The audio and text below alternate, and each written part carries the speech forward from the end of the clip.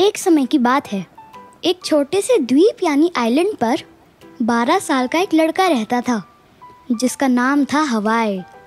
हवाई को बोट चलाने का बहुत शौक था और नदी और समुंदर की लहरें उसकी दोस्त थी जिसके साथ वो रोज खेला करता था। हवाई ने बहुत सुंदर बोट बनाई थी। लोग दूर दूर से आकर उसकी इस कला की तारीफ किया करते थे। हवाई के नाव में सैर करके वहाँ आए टूरिस्ट को भी बहुत मजा आता था। वो आइलैंड धीरे धीरे हवाई आइलैंड के नाम से जाना जाने लगा। हवाई के आइलैंड पर बहुत तरह के जानवर थे जो हवाई के दोस्त बन गए थे। पॉर्क्यूपाइन से लेकर हिरन तक, खरगोश, सब उस आइलैंड पर उछलते खेलते दिखते थे। हवाई के लिए जानवर उसके परिवार जैसे थे।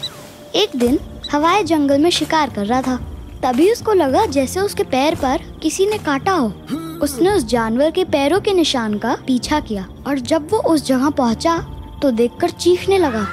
दरअसल वो छोटा सा कीड़ा था जिसे हम झिंगुर यानी क्रिकेट कहते हैं।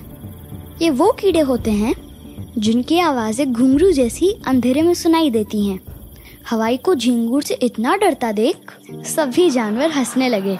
जिस छोटे से लड़के ने पूरे आइलैंड पे अपना किंगडम बना रखा था, वो आज एक छोटे से झिंगुर से डर गया था। कभी कभी बहादुर से बहादुर लोगों को बहुत ही छोटी सी चीजों से डर लगता है जो नुकसानदायक नहीं होती।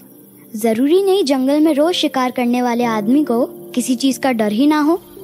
अगली सुबह जब हवाई उठा तो उसने अपने कमरे में चारों ओर झिंगुर देखे और बहुत जोर जोर से चिल्लाने लगा। तभी उसकी नींद खुल गई और उसे एहसास हुआ कि झिंगुर का डर उसके अंदर बस गया है, इसलिए उसके सपने में भी यही चीजें आ रही हैं। अपने डर का सामना करने के लिए हवाई जंगल में पहुंचा और झिंगुर की तलाश करने लगा। पहली बार जब उसने झिंगुर देखा तो वो डरा और उसे चोट भी लगी, लेकिन उसने सोच लिया कि आज वो झिंगुर को पकड़कर अपना डर खत्म कर देगा।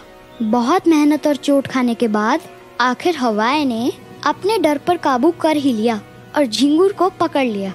अब उसे कोई डर नहीं था। वो खुशी खुशी अपने बोट के पास लौटा और समुंदर की तेज लहरों में अपनी बोट के साथ रेस लगाने निकल गया। तो दोस्तों, ये कहानी हमें क्या सिखाती है?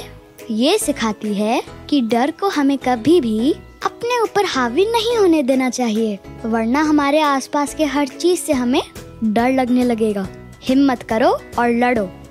जो लोग अपने डर से जीत जाते हैं, जीवन में उनका हौसला और भी बढ़ जाता है और जीत की ओर उनके कदम चल पड़ते हैं। वो कहते हैं ना, डर के आगे जीत है। तो हमेशा ये बात याद रखना। तो दोस्तों, आज की कहानी यही खत्म होती है। अगर आपको ये स्टोरी अच्छी लगी तो मुझे कमेंट करके जरूर बताइए। मैं फिर आऊंगा कल एक नई स्टोरी और एक नई सीख के साथ। तब तक के लिए बाय दोस्तों।